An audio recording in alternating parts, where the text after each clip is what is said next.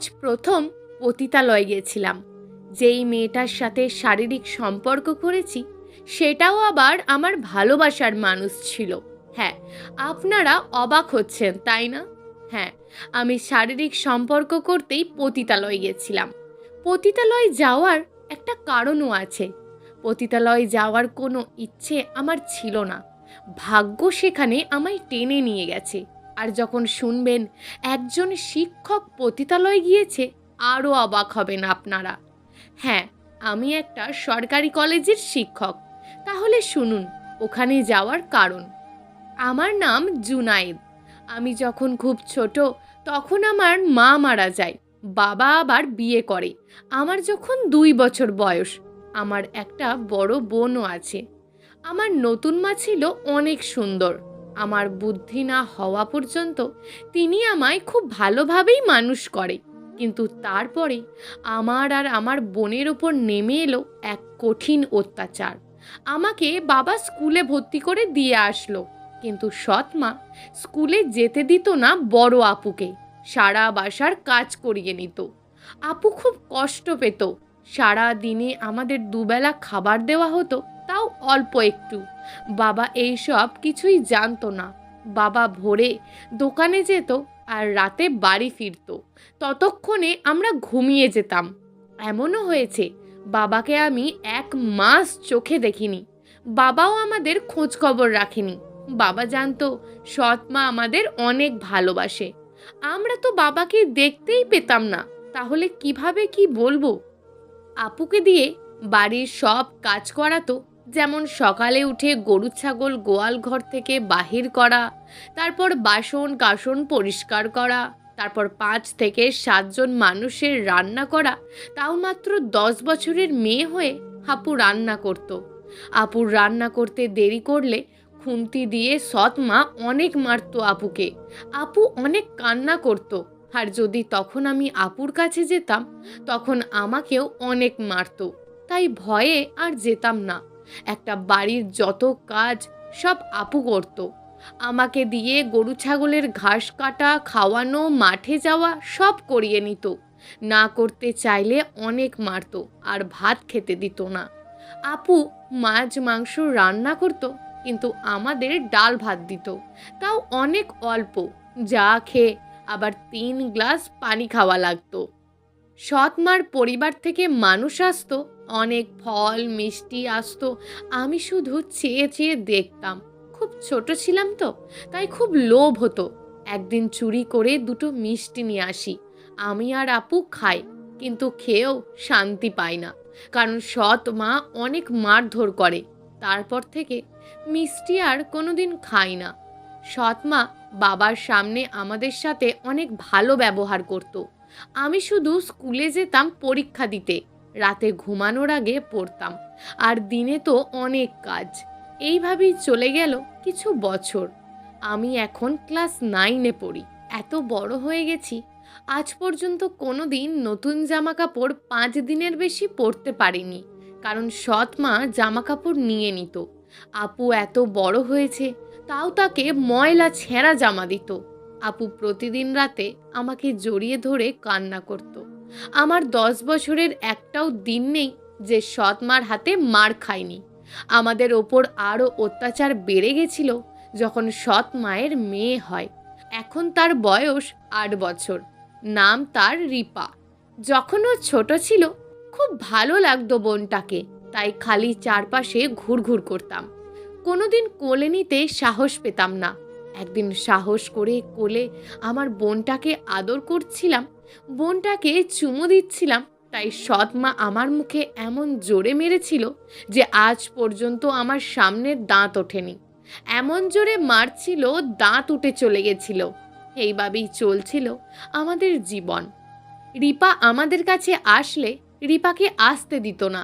হঠাৎ করে আপুর বিয়ে হয়ে যায় এক প্রাইমারি স্কুল শিক্ষকের সাথে।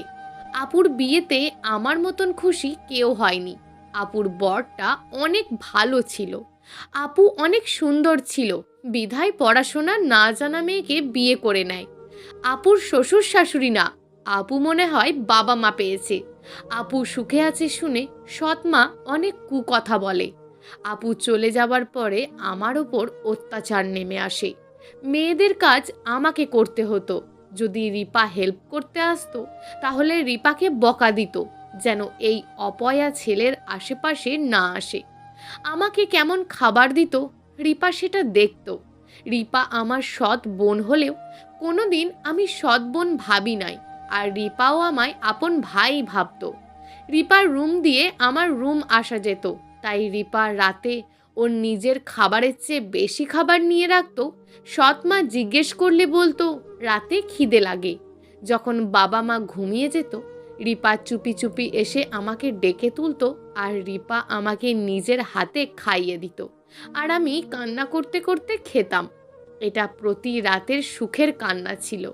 এসএসসি পাস করলাম, স্কুলে না গিয়েও A+ পাই। প্রতি রাতে যে ঘুমাতাম মাত্র 3 ঘন্টা, ভাবতাম পড়াশোনা করে আমি এই বাড়ি ছেড়ে অনেক দূরে চলে যাব। আরও 2 বছর পর ইন্টার পাস করলাম ভালো রেজাল্ট নিয়ে। আমি যে এত বড় হয়েছি তাও আমায় সৎমা মারতো, আমি কিছু বলতে পারতাম না। সৎমার সাথে বাবাও অত্যাচার শুরু করেছে, কারণ মা ছিল অনেক সুন্দর, আর মা হুমকি দিত যদি তার কথা না শুনি তাহলে বাড়ি ছেড়ে চলে যাবে।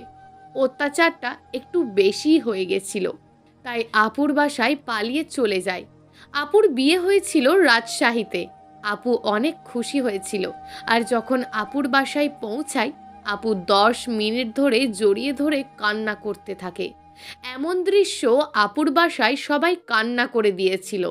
আপুর বাসায় সবাই অনেক ভালো ছিল, সবাই শিক্ষিত মানুষ। শুধু আমার আপু পড়াশোনা জানতো না, কিন্তু দোলা ভাই আপুকে বাসায় বই নিয়ে এসে পড়াতো। আমার আপু এখন ইংরেজিতে কথা বলতে পারে, আর আপুর একটা ফুটফুটে বাবু হয়েছে। আপুর বাসায় থেকে পড়াশোনা শুরু করে দিলাম এবং কষ্টের ফল রাজশাহী বিশ্ববিদ্যালয়ে চান্স পাই। আপুর বাসা থেকে মাত্র কিছু দূর পথ। আপুর বাসায় আসার পর সৎমা আর বাবার সাথে কথা বলিনি। মাঝে মধ্যে রিপা ফোন করত স্কুলের ম্যাডামের ফোন থেকে। বাসার ফোন দিয়ে কথা বলতে ভয় পেত।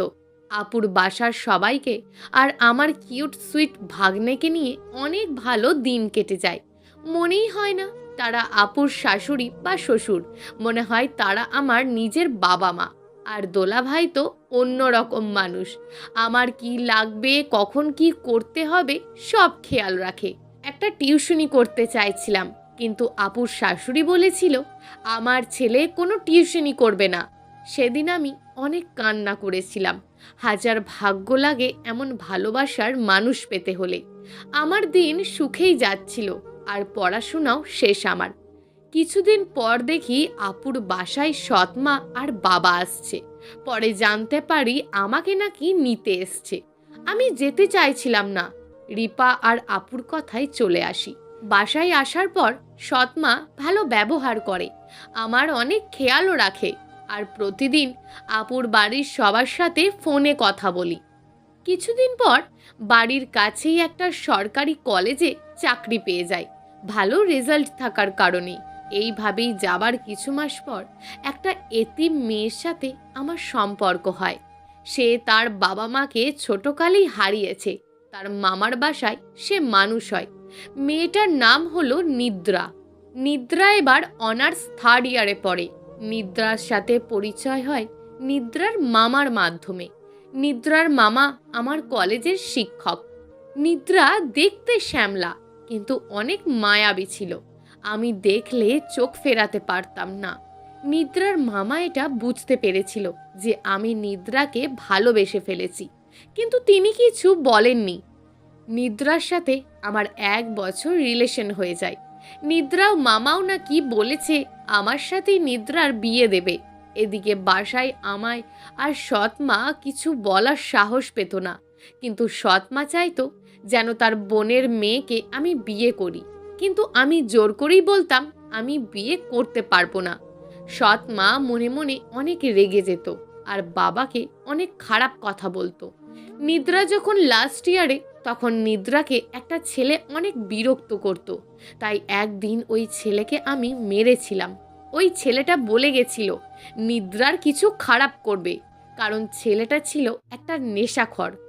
এইভাবে কিছুদিন যাওয়ার পরে নিদ্রার মামা কান্না করতে করতে আমার কাছে আসে, আর যা শুনে আমি একদম শেষ হয়ে যাই। নিদ্রাকে খুঁজে পাওয়া যাচ্ছে না। হন্যি হয়ে খুঁজেও নিদ্রাকে পাওয়া যায় না। আমি একদম ভেঙে পড়ি। তাই আমি কিছুটা নেশা করে বাড়িতে যাই। বাড়িতে গিয়ে সৎমা বলা শুরু করে তার বোনের মেয়েকে বিয়ে করব নাকি। আমি না করে দিই, আর তাতেই তিনি রেগে যায়। হঠাৎ করে তিনি দরজা লাগিয়ে দেয়। আমি কিছু বুঝে ওঠার আগেই সৎমা তার নিজের জামা কাপড় কিছু ছিঁড়ে ফেলে আর চিৎকার করতে থাকে, আমার এত বড় সর্বনাশ কেন করলি? চিৎকার শুনে বাবা রুমে চলে আসে আর বাবাকে অনেক মিথ্যা কথা বানিয়ে বলে আমি নাকি তাকে ভোগ করতে গিয়েছি, আরও অনেক খারাপ কথা। এই কথা শুনে আর মার কাপড় ছেঁড়া দেখে বাবা বিশ্বাস করে নেয় আর আমাকে লাঠি দিয়ে অনেক মারে। আর এইদিকে রিপা কান্না করতে করতে বলে ভাইয়ার কোনো দোষ নেই, তাকে মেরো না। রিপাকে সৎ মা জোর করে অন্য রুমে নিয়ে যায়। বাবা আমাকে এমন মারা মেরেছিলেন যেন আমার শক্তি বলতে কিছুই নেই। এক পর্যায়ে বাসায় থেকে বের করে দেয়।